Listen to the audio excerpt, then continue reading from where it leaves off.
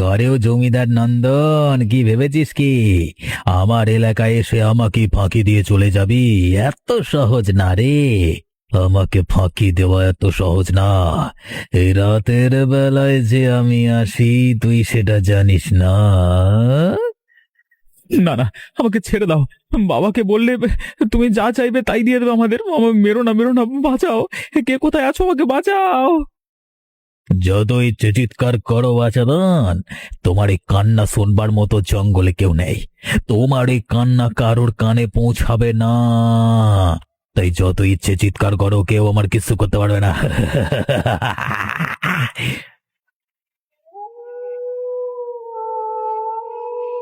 খবরদার, আর এক পাও আগালে ধর থেকে মুন্ডু নামিয়ে দেব। শয়তানের দল, আমার এলাকায় এসে কি শুরু করেছিস? আমার এখানে আমি এসব মোটেও সহ্য করব না। আরে বাপরে, এ তো দেখছি একটা মেয়ে মানুষ। যা যা, ভাগ এখান থেকে। আমার কাজে একদম বাধা দিতে আসবি না বলে দিলাম। বাধা দিতে আসলে তোর এই কুঁড়ে ঘর আমি চালিয়ে দেবো।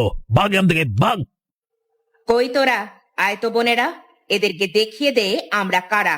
আজকে এদের পিঠের চামড়া উঠিয়ে যদি রোদে শুকাতে দিতে না পারি, তাহলে আমার নামও গৌরী নয়।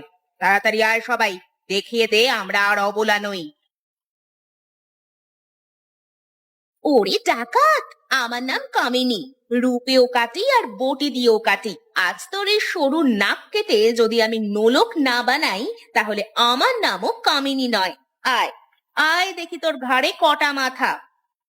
এই হাঁড়িতে টকবগে গরম পানি আছে, কার গায়ে ঢালবো বলতো? আজ সব কটা পাপীদের চামড়া তুলে ফেলবো। আহা, শুধু শুধু কেন দেরি করছিস দিদি? তাড়াতাড়ি মার লাগা, সব কটাকে মেরে হাড়গোড় ভেঙে দেবো আজ। এই রে, এই যে দেখছি মেয়ে নয়, এ তো দেখছি পাঁচটা ডাইনি। ওরে বজা, সবাইকে নিয়ে তাড়াতাড়ি পালা। এদের সাথে আমরা কোনো পথেই পেরে উঠবো না রে বাবা। এরা তো দেখছি জানোয়ারের থেকেও হিংস্র। প্রাণ বাঁচিয়ে পালা। এই নে, চোখে এবার ভালো করে গোঁজ শুকনো লঙ্কা। এবার তোদের জন্মের মতো শিক্ষা হয়ে যাবে। এরপর থেকে সারা জীবন মনে রাখবি মেয়েদের তেজ কেমন হয়। তোরা আমাদের সাথে কাজটা ঠিক করলি, তোদের সব করা দেখে নেবো, দেখে নেবো আমি।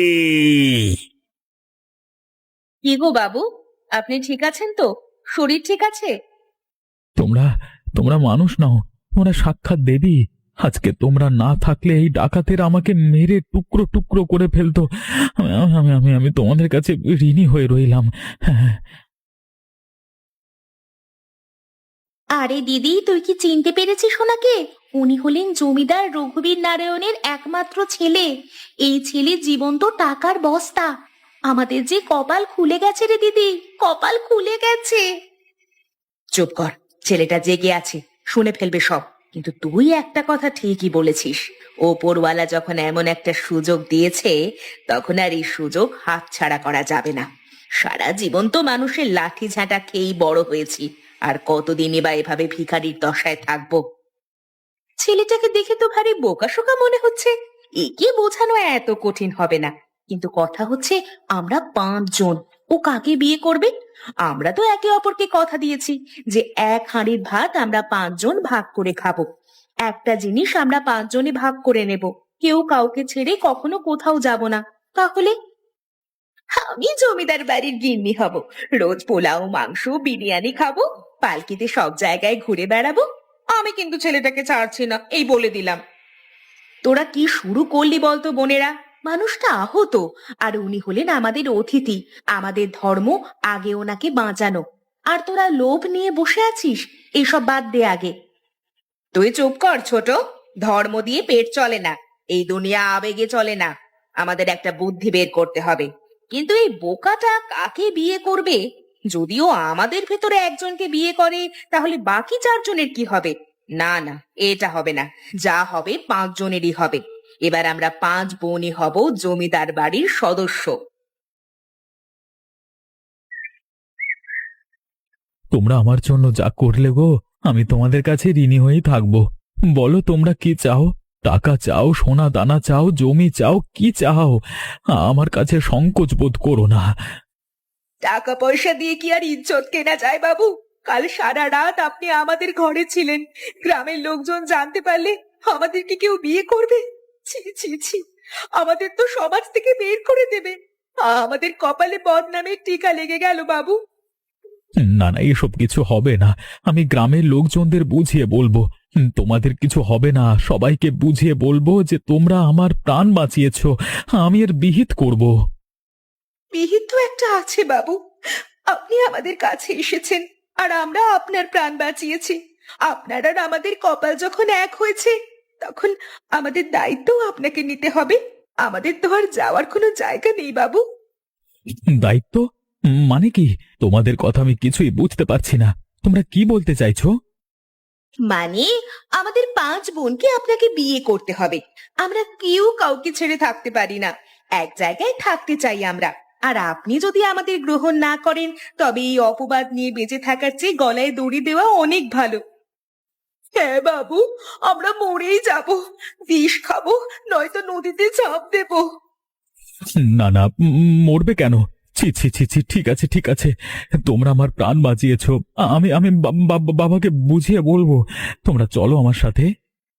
চলুন বাবু, আপনার কথাই শিরোধার্য। আপনি আমাদের জীবন রক্ষা করলেন বাবু। অজিত, এসব কি? এরা কারা? আর তুই কালকে রাতে ফিরিসনি কেন? আমি তো চিন্তায় চিন্তায় মরে যাচ্ছিলাম।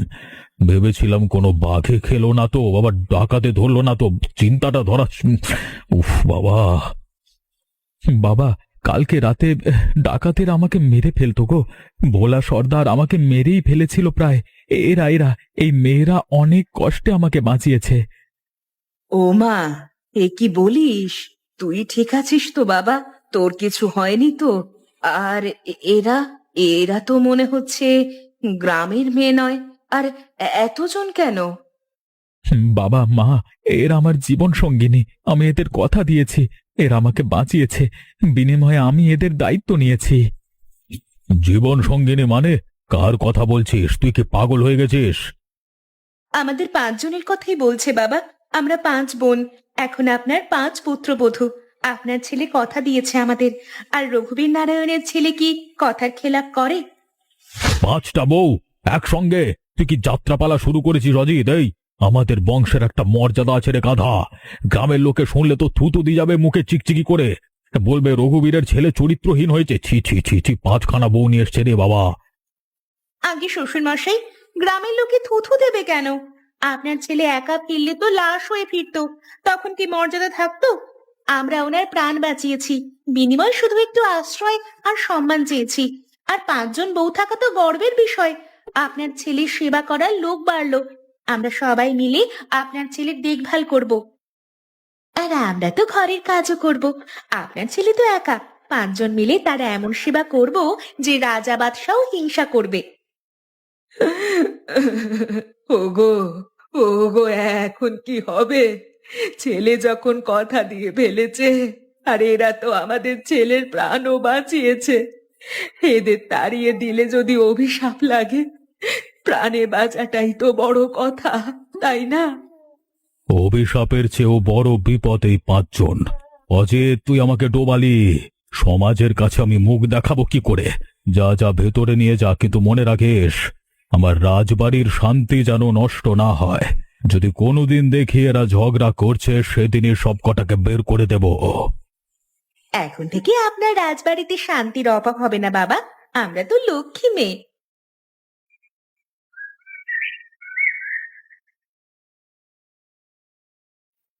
ওরে হলো, তোকে কতবার বলেছি পানে চুন কম দিবি।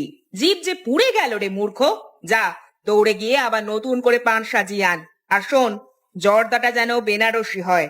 সাধারণ জর্দা আমি মুখে দিই না। তাড়াতাড়ি যা। ঠিক আছে বৌমা, আপনি তো বসুন, আমি এক্ষুনি নিয়ে আসছি। উফ, এই আয়নাটা বড্ড ছোট। আমার এত রূপ কি এইটুকু আয়নাতে ধরে নাকি? অজিতকে বলতে হবে শহর থেকে আমার জন্য একটা মানুষ সমান আয়না আনতে। আর হ্যাঁ, আতরওয়ালা আসেনি আজ। আমার গোলাপের আতর চাই। উফ, আমার গরম লাগছে। বাতাস কর তোরা, বাতাস কর। আর শোন, কাল আমি পালকি চড়ে মেলায় যাব। পালকিতে যেন মখমলের গদি থাকে। শক্ত গদিতে আমার কোমরে ব্যথা হয়। আরে, এই শাড়ির দাম কত? মাত্র 50 টাকা? ছি! জমিদারের বউ হয়ে আমি কি এই সস্তা শাড়ি পরবো নাকি? আজ অজিতকে বলবো কলকাতা থেকে আমার জন্য বেনারসি আর ঢাকাই শাড়ি আনতে। টাকার তো অভাব নেই অজিতের, সিন্দুক ভরা টাকা। দিদি, আমরা কি একটু বেশি খরচ করে ফেলছি না? শ্বশুরের টাকা এভাবে ওড়ানো কি ঠিক? আমরা তো এসেছিলাম আশ্রয় নিতে, এখন তো দেখছি আমরাই হুকুম চালাচ্ছি এখানে। মা বাবা কি ভাবছেন আমাদেরকে নিয়ে বলো তো? চুপ কর ছোট, তুই বড্ড বেশি বুঝিস। এতদিন অনেক কষ্ট করেছি, অনেক না খেয়ে দিন কাটিয়েছি। এখন একটু রাজরানী হয়ে থাকি, তাতে দোষ কি? আর শ্বশুর মশাইয়ের তো অগাধ সম্পত্তি, আমরা খরচ করলে কি ফুরিয়ে যাবে নাকি? আমি ভেবেছিলাম ওরা আমাকে ভালোবাসে, কিন্তু ওরা তো শুধু আমার টাকা আর আরাম ভালোবাসে। আমি কি ভুল করে ফেললাম নাকি? গিন্নি, এভাবে তো আর সংসার চলে না। ভেবেছিলাম ঘরের কাজ করবে, লক্ষ্মী হয়ে থাকবে, কিন্তু এরা তো দেখে উল্টে আমাদেরই হুকুম চালাচ্ছে।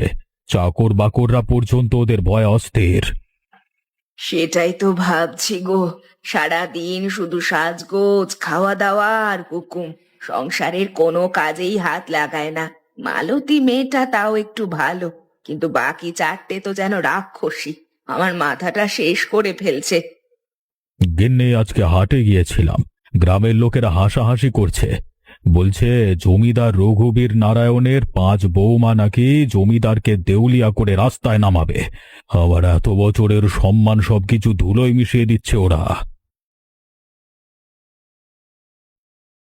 বাবা, মা, তোমরা আমাকে ডেকেছিলে, কিছু বলবে নাকি?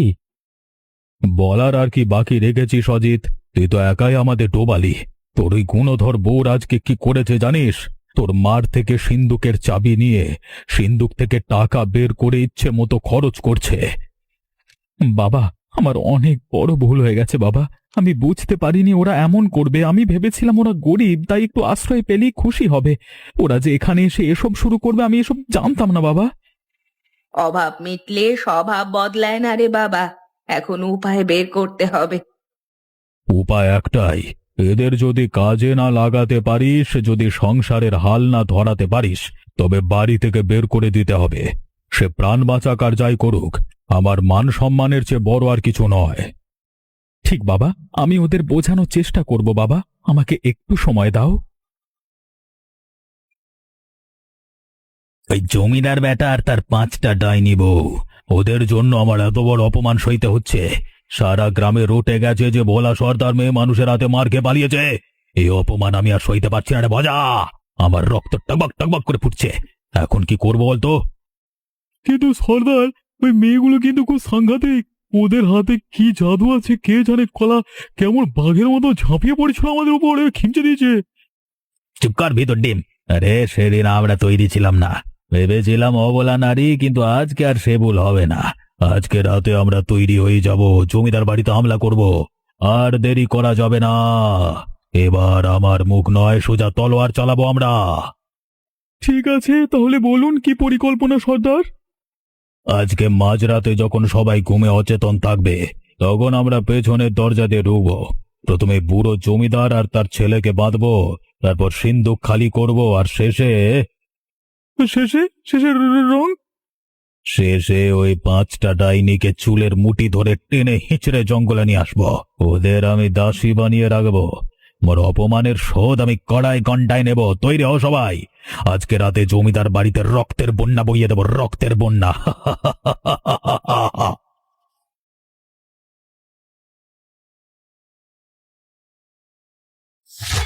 কে কে ওখানে? দারোয়ান, দারোয়ান, কে আছে ওখানে দেখো তো।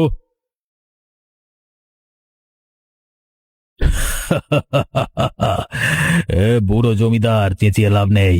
আজকে তোদের জম এসেছে। তোর দারোয়ানেরা এখন সব জ্ঞান হারিয়েছে।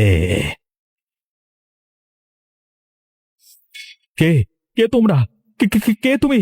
তুমি এখানে কেন এসেছো? হ্যাঁ, আরে বাচাদন, সেই রাতের হিসেবটা মেটাতে এসেছে আজকে। শোনা, কিরে তোরা দাঁড়িয়ে আছিস কেন? ধর বেড়াকে। ওরে বাবা রে, ওরে ওরে আমার ছেলেটাকে মারিস না। তোদের যা চাই তাই নিয়ে যা, কিন্তু আমার ছেলেটাকে ছেড়ে দে, ওকে মারিস না। চুপ কর বুড়ি, ওই বুড়ো বুড়িকে বাদ। আজকে সিন্ধু খালি করে তোদের শেষ করে তবেই যাব। আরে বজা যা রে, ওই 5টা বউকে খুঁজে বের কর। আজকে ওদের আমি দেখে নেব তো, ওদের কিছু করতে না পারলে আমার শান্তি নেই। ওরে শয়তানের দল, আমার শ্বশুর বাড়িতে পা দিয়েছিস কোন সাহসে? ভেবেছিস কি আমরা মরে গেছি? আবার তোরা এসেছিস? ঠিক আছে, আয় আয়, আজকে আর রেহাই পাবি না আমার হাত থেকে। বজা ধর ওদের। রেহাই তো তোরা পাবি না। আমার বরের গায়ে হাত, আমার শ্বশুর শাশুড়িকে অপমান। আজ তোদের রক্ত দিয়ে আমি আলতা পরবো। আয় শয়তানরা। বেলা, তাড়াতাড়ি পিছনের দরজা বন্ধ কর, একটাও যেন পালাতে না পারে। আজ এদের হাড় গুঁড়ো করে তবে ছাড়বো। আমার মা বাবাকে ছেড়ে দে বলছি, নইলে আজ সব কটার মাথা একেবারে ফাটিয়ে দেব। আরে বাবারে, মরে গেলাম রে মরে। বাবা, এরা তো মানুষ নয় রে বাবা, পালা। এদের সাথে পারবো না, আমরা গেলাম সর্দার। ওনাদের সাথে কখন আমরা পেরে উঠবো না, ওরে বাবা। পালাবি কোথায়? আজ তোদের বিচার এখানেই হবে। মার, আরো জোরে মার। তুই আজকে আর ছাড়া পাবি না ভোলা, আজকে তোর খেলা শেষ। তোমরা তোমরা আমাদের বাঁচালে। আমি তো ভেবেছিলাম তোমরা শুধু বিলাসিতা করতে এসেছো, ভেবেছিলাম তোমরা স্বার্থপর।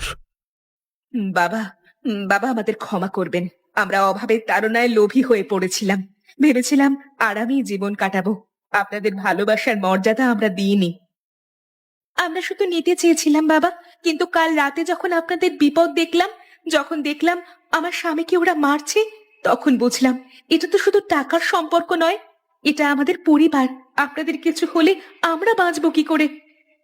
আপনারা আমাদের আশ্রয় দিয়েছেন, সম্মান দিয়েছেন। আমরা আর কখনো এমন করব না, আর কোনোদিন অযথা খরচ করব না। দিদি, আমি তোমাদের আগেই বলেছিলাম যে বাবা মা আমাদের কখনো ক্ষতি চাইবেন না, কিন্তু তোরা কখনোই আমার কোনো কথা শুনতি না। আজ তোরা ঠিকই বুঝতে পেরেছিস, এটা দেখে আমি অনেক খুশি। আজ থেকে এই সংসারের সব কাজ আমরা করব, এক পয়সাও অপচয় করব না। কিন্তু দয়া করে আমাদের তাড়িয়ে দেবেন না বাবা। পাগলি মেয়ে, তোদের তাড়াবো কেন? তোরা তো আমার ঘরের লক্ষ্মী।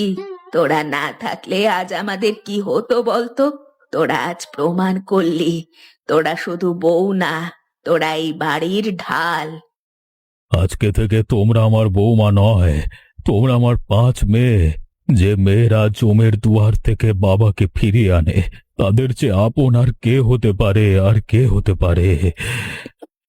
তাহলে এখন আমাদের পুরো পরিবার সুখে শান্তিতে থাকবে। আমাদের এই সংসারে আর কোনো ঝামেলা হবে না। আরে সে তো হবেই, কিন্তু তোমরা সত্যিই দেবী। এবার আমার আর কোনো ভয় নেই, কোনো চিন্তাও নেই। এমনই মজার মজার গল্প দেখতে চাইলে এখনই আমাদের চ্যানেল সাবস্ক্রাইব করুন। আচ্ছা বলো তো বন্ধুরা, ডাকাত ভোলার প্রথম সাকরেদের নাম কি ছিল?